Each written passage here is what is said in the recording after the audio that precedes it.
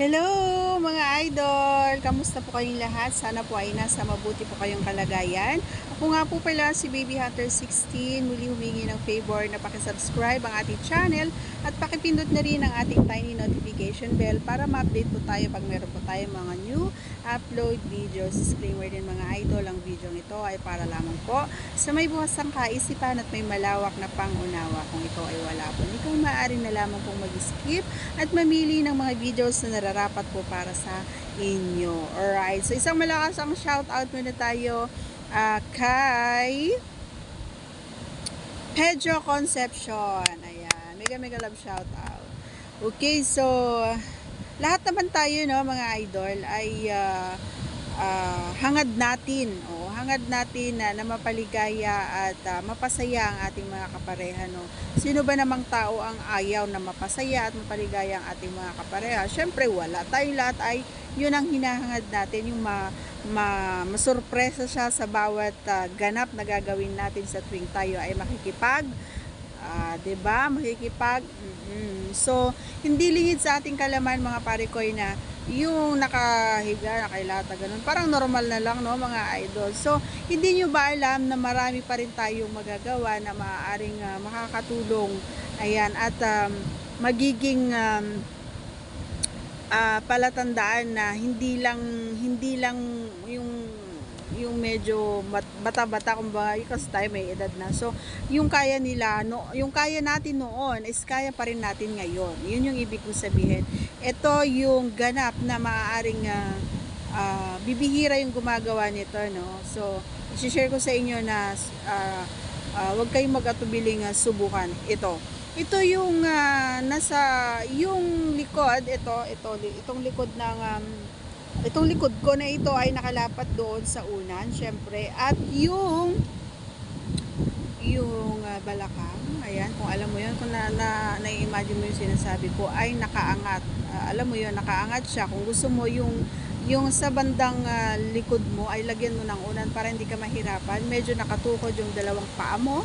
Yung paa ng halimbawa ako yon, nakatukod yung dalawang paa ko at nakaangat, kumbaga, parang ang tawag dito, yung nagpo-push up ka pero nakatayo yung paa mo, ganon yung pwesto. Tapos ikaw naman parikoy ay naandun at bago mo naman syempre ipasok si T doon kay P na nakataas, nakaganyan, kumbaga siya, oh. Ito yung katawan, yung ulo, yung katatas, ito yung nakaganyan siya, yung ang tawag dito, yung yung paa niya ay nakaganon, basta nakatukod na ganon, nakatayo siya ng ganon. And then bago mo syempre pasukin, kailangan mo munang kumain para naman sumaya sumaya si Maricoy, din ba? Alam mo, lagi naman sinasabi na yun yung talaga makakapagpasaya sa aming mga kababaihan. Kainin mo ang kanyang tea. Yun yung number one na nagpapasaya sa amin. So, huwag nyo kakalimutan yan. Syempre, walang kasing sarap kapag ginagawa yun. At yun yung pinakagusto talaga ng mga kababaihan. So, huwag nyo kakalimutan at kakalitaan na gawin ito sa inyong mga kaparaan.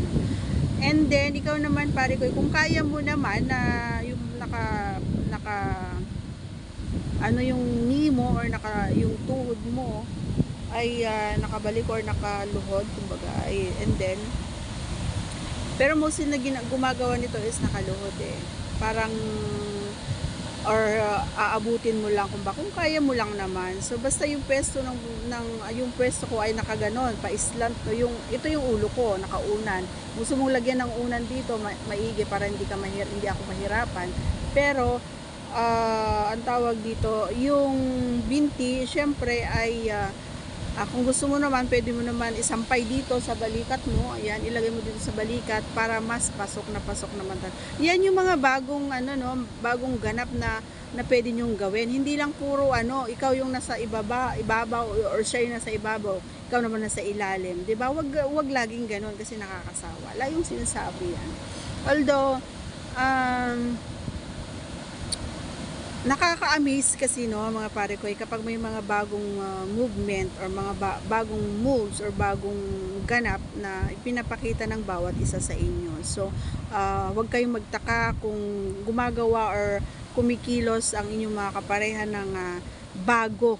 Baka naninibago kayo, baka mag-isip kayo, baka siguro ginagawa ito sa ano niya. So huwag kayong mag-isip na ganoon. Gusto niya lang na ma-experience at makapag-explore yung mga bagay na hindi nyo pa ginagawa. So huwag kayong magtaka, dapat ma-amaze kayo. At sabihan mo naman siya ng ang galing mo.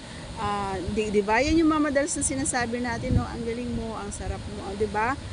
Di ba? Sana next time ganito ulit, di ba yung mga ganon na mahal kita, yung mga ganon. So huwag kayong magtataka at huwag kayong magugulat kung may mga bago mga nai-explore ng inyong mga kapareha, lalong-lalo na sa mga kababaihan. So sa mga kalalakihan, natural na lang yan kasi mostly sa kanila nanonood sila ng mga di ba, yung mga pinapanood ng mga ganyan. So marami silang natututunan dyan. Pero ang mga babae kasi mangilan-ngilan lang yung nanonood. So maswerte na kayo kung open-minded sila katulad ko. At nagkakaroon sila ng mga idea na pwede nilang isubok or subukan sa inyo. Pero alam naman namin na hindi namin ito gagawin or susubukang gawin sa inyo kung alam namin na hindi kayo matutuwa at hindi kayo hindi kayo mag-enjoy. Syempre, alam na namin yon. So yun yung posisyon na alam kong makakatulong din, lalong-lalo na sa mga hindi masyadong matigas ang tea. Maganda yun mga pare ko. Kasi hindi ibig sabihin na kapag tag-L ka is matigas na mga pare ko. Hindi. May mga lalaki na hindi talaga tumitigas ang kanilang tea. Oo, totoo yun. Marami. So, maraming nagpi-PM sa akin ano daw ang gagawin. So, yan yung mga posisyon na pwede kong i-share sa inyo na pwedeng gawin nyo, subukan nyo.